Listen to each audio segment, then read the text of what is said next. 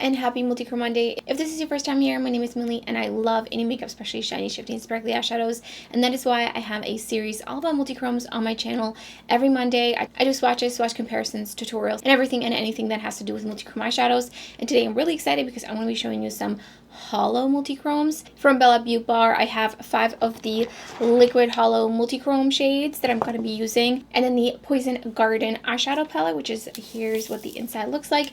I'm going to be using some of the mattes in here, but I'm not going to be fully featuring this palette in this video, but I will show you some swatches of these. They also sent over 2 flaky gels. I believe these are part of the kind of collection, which are Euphoria themed basically. So each of these are named after characters from the show Euphoria, and they also sent over a brush bundle. All of these are kind of flat brushes, so you can use these to cut the crease. I've been using one of these under my eyes to spread concealer, and then there's also 2 really small liner brushes right here. I absolutely love the shapes of these. So it seems like these all have the same shape, but they're varying sizes, and I think that's super fun. I think this one's going to be amazing for doing cut creases. I haven't tried the smaller one yet, but I have tried some of these other ones, and I love the shapes. Actually, I don't have anything this pointed and flat, so you're going to see me using those brushes throughout some future tutorials. So let's talk about these Holo multichromes. I do have some other Holo multichromes that are pressed eyeshadows from Touch of Glam Beauty. I have tried multichromes previously. They were mixed with Holo pigment. Unfortunately, it really grayed them out, and they just were really not that good. I tried some from Karla Cosmetics as well as I think was Chaos Makeup. I don't have those anymore. I didn't even do a video on those because they really just did not look great. I think I used the Chaos one in my Chaos video, and it was just like super gray, even like out of the sunlight. So the thing with the Holo pigment is because of just the nature of it, it does tend to look gray on its own, and when it's mixed with eyeshadows, thankfully it seems like brands are starting to figure out how to make them work. The Touch of Glam multichrome shadows that have the Holo pigment in them are really nice and a huge step up from the previous Holo multichromes that I've tried. So I was really intrigued to try these, especially because they're liquid and they didn't look like they had a gray cast in their swatches at least. So thank you so much to Beaute Bar for sending these over to me. I'm going to be showing you some swatches of these in this lighting, in natural lighting, direct lighting, and even like my kitchen lighting. So actually my kitchen lighting is really great for Holo. I don't know, something about like the way that it's coming downwards seems to really bring out the Holo. And that is something to keep in mind, is that you're not going to see the Holo constantly. I think that's something that might be a little bit expected, because when you see these swatched, obviously you want to see both things going on at the same time, the shift and the Holo effect. However, that is not the case when you're wearing these on the lid, so it is very important that these look amazing even when they're not in like direct lighting. That really brings out the Holo. So let's get right into the swatches of everything, and then I will show you 3 looks featuring the liquid Holo multichrome shadows, and I'll give you some of my thoughts at the end of the video.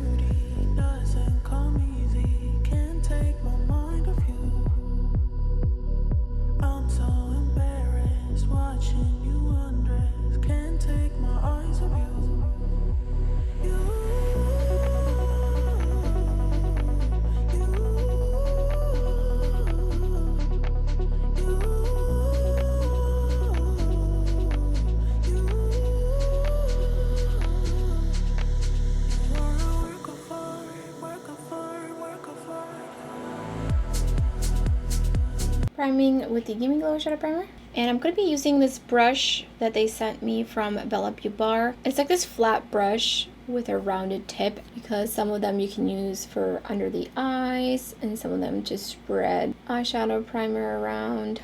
And I'm going to be dipping into the Poison Garden palette, picking up some Wisteria. I love these kinds of shades. These purples are so pretty. I wish there was a deeper purple that wasn't a deeper purple. There is like a darker purple, but it is a shimmer right next to this one. Then I'm taking some light powder and just blending the edges of that. And then I'm going to also put this all over the lid. It's going to be a really simple kind of look. Blending it outwards a little bit. And then I'm taking it also underneath my lower lash line.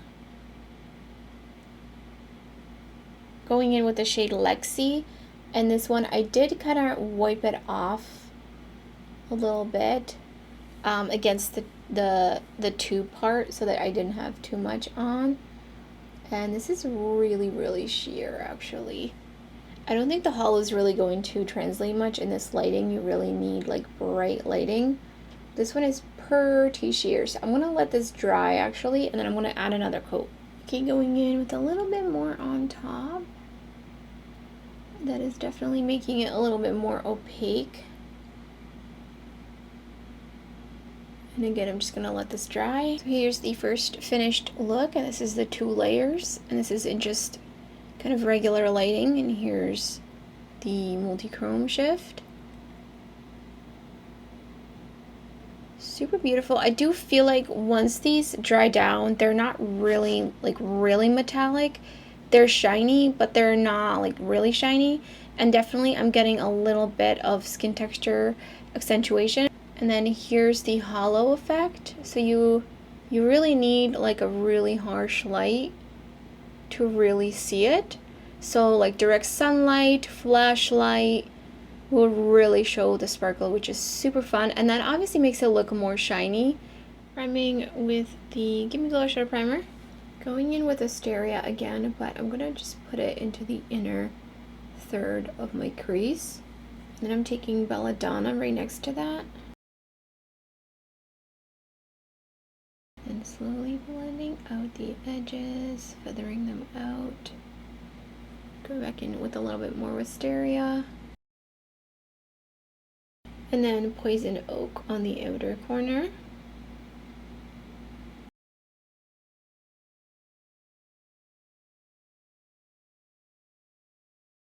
And I'm going in just with a little bit of Hellebore, just to really deepen it out here in the outer corner. And that blended so nicely in with the green. And then going back in with a little bit more green, I feel like it kind of stuck down here. It doesn't really want to blend out. Alright, that got smoked out real fast. I'm just taking some light shadow and going over the edges of that. I wish it was like a lighter green in here. I guess I could have used Autumn Skullcap, but just too late now. So yeah, it's just like kind of sticking down a little bit over here. And then it's super blown out. And I'm going to be going in with the shade Maddie. And this looks like a black base kind of multi-chrome. I'm going to wipe it on the edges of the tube before I go in. Definitely a little bit translucent, a little bit liquidy. Definitely gonna have to go in with the second coat. Just gonna try to blend it out here in the outer corner. Yeah, I'm not really getting what I was hoping for with this, so I'm gonna wait for that to dry. Going in with another coat, hopefully to build this up a bit more. Okay, second coat definitely. You can see it is more pigmented. Again, blending out the outer corner here, and I'm gonna wait for that to dry. And here's the second finished look. Here's the multi-chrome. You can kind of see the holo a little bit, just a little bit of like flex throughout, but you really need that direct light to show that off. And this one is pretty shifty, but again, it was, you know, 2 layers, and even like this, I feel like it looks more opaque on the lid right now, but in real life, I feel like I can still see through it a little bit. I just wish it was a little bit more opaque. And then here it is with the holo showing, and you can also see the shift, which is super fun. I'm taking Belladonna, and I'm going to put that right into the crease, majority of the crease, pretty much. And then I'm taking Delphinium, which this one has like sparkles throughout it. You can kind of see right there, but they do just blend away, so it's not really anything that really adds to it or anything. And then I'm going to use Wisteria to blend that out in the edges. Just really blowing up. Just really blowing it out, and then going back in with the dark blue. I'm taking some lighter powder and going over the edges. Go back in with Wisteria just a little bit. And then I'm also going to connect this to my lower lash line, so I'm going in with Delphinium. And then I'm going to take a little bit of Hellebore and just, again, just deepen it out here in this corner. And then just a tiny bit underneath my lower lash line. Seems to not really want to be sticking down here.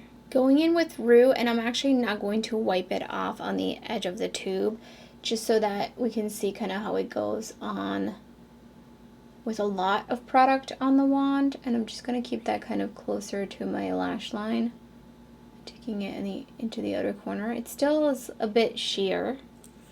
And then above that, I feel like it's not translating with the lighting, but it's definitely sheer.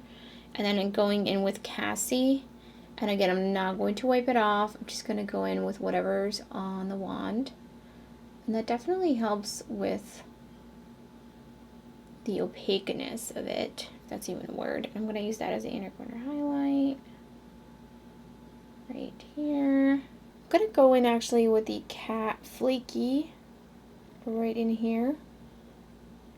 Wanted to see what that looks like. It's a little bit on the purple side versus blue, but put on the Ioni Wispy Crisscross lashes, and here's the shift of this one. Really pretty blue to purple. And then here's the holo.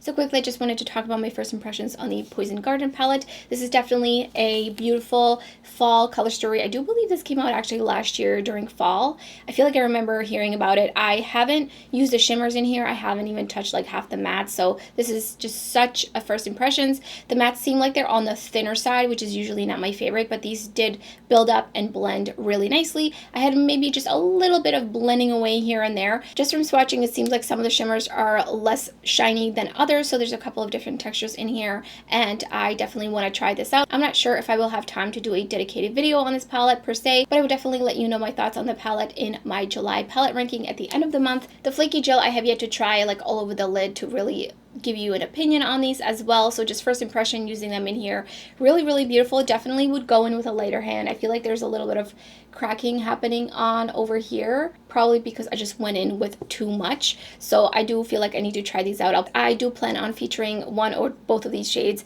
in a reel, so definitely make sure you're following me on Instagram if you would like to see them in action. I also have done a reel already with one of these shades that I did not use in today's video, from the Liquid Multichrome Holo Eyeshadows, and that is the shade Jewels. I do have a reel up with this one if you're interested to see what that one looks like on the lid. And then I did use the rest of these in this video. I don't know about wear time yet, so I can't speak on that. They do dry down completely, so I'm just going to talk about a couple of pros and cons. So pros, not messy, super easy to use, just swipe it on the lid. You got to make sure that they fully dry down, but otherwise, like, definitely like on a scale of just easy to use, really easy to use. And it's also amazing that these are not glitter. There's no glitter particles, there's nothing gritty about them whatsoever. They just have that hollow effect without it having to be like a textured weird glitter situation. And I think that that's really the biggest plus of these, is just they're easy to use, they have the hollow effect. I would say on the other hand though, not all of them are really shiny. Like if you're not in direct sunlight and you're not really experiencing that hollow effect, they're not like the shiniest multichromes that I've seen. They don't have the same look as a pressed multichrome eyeshadow that you would apply on the lid. So they do dry down, and I feel like they look shinier when they're wet, obviously, and then they dry down to be a little bit more satin-like. The two shades that I feel like are the most shiny and metallic are the ones I'm wearing currently on my lid, which is Rue and Cassie. I did go in and just like put on quite a bit of a thicker layer, so that will take longer to dry down, as well as you might experience some flakiness and like issues with that like in the long run. I feel like there's a little bit of just crackling happening over here, and that is because I went in with a lot of product at once. So I would probably opt for building these up, but I do wish that they were more opaque and less liquidy. even though that makes them just a little bit more versatile, because then you have the option of actually building them up. So, you know, especially the iridescent ones, it's kind of nice to really shear them out if you want to, or if you can build them up, but they don't really build up like that much. So I do wish that they were just a bit more opaque, especially these ones right here. And also, the more you put on, the more likely you are to accentuate any skin texture. Of course, that might only apply to you depending on the type of lids you have. They are $25 each, which is quite a bit. Like, I do understand that they're multi-chromes and they're hollow, but I think if they were more opaque, the price tag would make more sense to me and feel a little bit more worth it if they were more opaque. Like, if I had bought these myself, I'm not sure if I would feel like they were worth $25. Like, I don't know if I would feel like this is worth $25, but I just wish they were a little bit more opaque, a little bit more metallic and shiny, but otherwise they are beautiful. I would say get one or two to try out, really just whichever shade you see yourself wearing the most. So if you see yourself wearing more like a magenta, darker shade, then you can get Maddie, or if you want something iridescent and fun to layer, especially for like one and done looks, just throw something in the crease and put like a really nice light wash of this all over the lid. I do love that these don't have a gray overcast because of the holo in them. So when you're wearing these out, you do see like the multi-chrome and then the pop of holo. So it's not really like the holo is overtaking and dulling everything down. I think these are really fun and exciting to see on the market. You definitely will not see anything like this from a mainstream brand. Maybe like way in the future, but definitely not anything anytime soon. Watch it happen, but most likely not. So if you're looking for like fun things like this, then definitely the indie brands have got it going on. So I do feel like this is a really fun launch, especially because we've seen holo pressed shadows, but we haven't seen liquid shadows. So that's everything for this video. Let me know in the comments below if you picked any of these up, and if you did, what do you think? Which shade is your favorite? I would love to hear your thoughts. And that's everything for this video. If you enjoyed it, don't forget to give it a thumbs up. And if you're new to my channel, I would love it if you subscribe. There's so much indie makeup content uploading on my channel and much more to come. You don't want to miss out. So thank you so much for watching, and I hope to see you next time.